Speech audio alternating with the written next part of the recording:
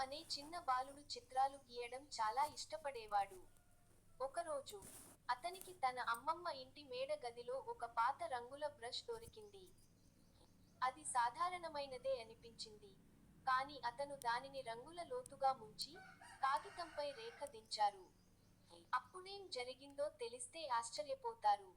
అతను గీసిన చెట్టు పేజీ నుంచి బయటకు వచ్చి, నిజంగా పెరిగిపోయింది. ఆకులు స్వయంగా తట్టుకుంటూ గాలిలో ఊగుతున్నాయి. ఆశ్చర్యంతో, లియో ఒక సీతాకోకచిలుక గీశాడు. అది నిజంగా జీవించి, అతని చుట్టూ రెక్కలు వెదజల్లుతూ తిరిగింది.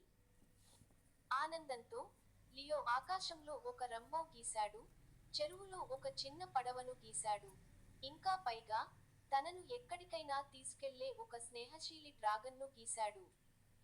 కానీ, కొద్దిసేపటికి, ఊరిలో అన్ని బొమ్మలు నిజమవుతున్నాయి అని గ్రహించాడు.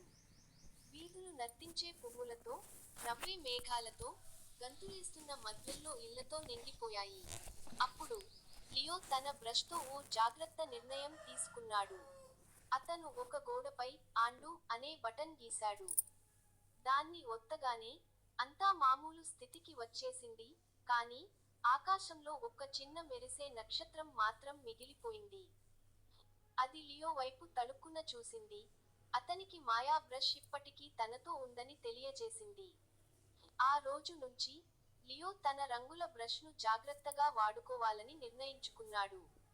చిన్న చిన్న అద్భుతాలు చేస్తూ, అందరికీ ఆనందం పంచేలా ఉండిపోయాడు.